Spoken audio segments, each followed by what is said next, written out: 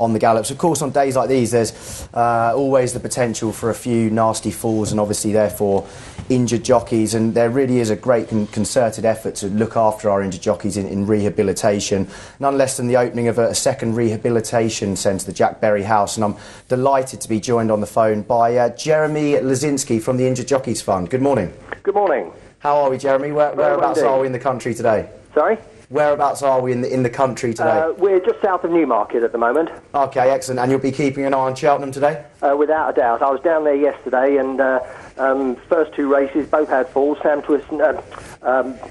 Whaley-Cohen came off in the first amateur riders race and then in the next race, so he didn't have the best of days at all, but fortunately we didn't have to get involved with that. Okay, well, things that you do get involved with, of course, and I really want to talk about, of course, the second rehabilitation centre opening. Introduce us to that, how that's been funded, and maybe talk about what Alsha Cab Racing have also done for the Injured Jockeys Fund recently. Well, first of all, Alsha Cab have been brilliant. They put together, Sheikh Johan put together, selected 20 horses and declared that all of their prize-winning money would be donated to the Injured Jockeys Fund. And together with that, and also an additional horse, Asala, that won really well at Ascot, we got that winning money as well. And just recently, we were presented with a cheque for £500,000, which was absolutely a fantastic, huge amount, and unexpected that it was going to be so large, and that will obviously go a long, long way to completing the sort of the final target for building Jack Berry House, as you say, in Malton. Yeah, let's talk about Jack Berry House before we touch on, you know, how our viewers can get involved with the Injured Jockeys Fund and give their helping hand. But Jack Berry House, now it's only just opened, has it? There must have been a big... It's not open yet. It's due to open early next year. But on our video DVD, it says it is open, but obviously that's brand new, so we're looking to the future there.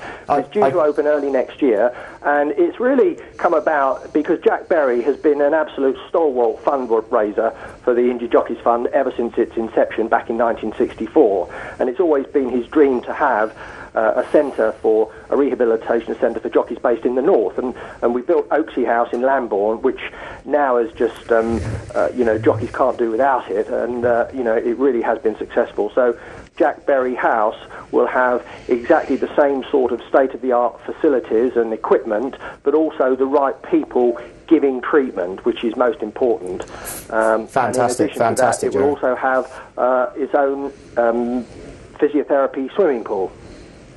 Well, I mean, it sounds absolutely fantastic development. I'm sure we'll all be primed to see how everyone gets on there in the new year. Just a note very quickly, Jeremy, before we move on, but I'd like to know how us here and the viewers at home can really get involved, help. Is it as simple as making a donation, or should we be looking at buying maybe some of your Christmas cards, calendars, or maybe even a Jack Berry House bear? Absolutely. I mean, one can always donate in a number of ways. You can sort of either text a donation or make a donation, send in a donation.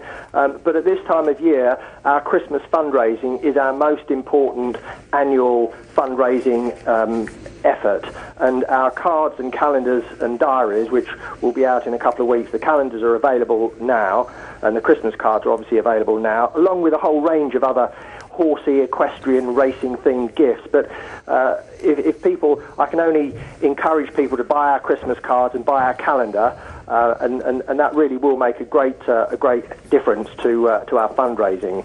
I know sort of times are hard and there's a lot going on, but Christmas time is a time of giving, and people are very, very generous. And the calendar is particularly good this year because it's entitled Frankam's Flashbacks, and it's a collection of John Frankam's long-lasting memories from racing, which some of them are great races, some of them are great people. January even kicks off with him and his first pony, which he thought was the best pony ever, in his Pony Club tie. So a lot of interesting comment from John, and quite humorous and a bit controversial as well. So it's a really good calendar. Fantastic. We'll definitely look to try and get some viewers on board, and myself as well. Certainly you've got to think, if you're lying up in bed with a punctured lung and a broken leg, it's all a great cause, and I must thank you, Jeremy, for joining us on the phone today, and best of luck with the opening, and hopefully we can raise some great funds over Christmas. Thank you very much indeed. Thanks, Jeremy. Enjoy your day. Bye-bye.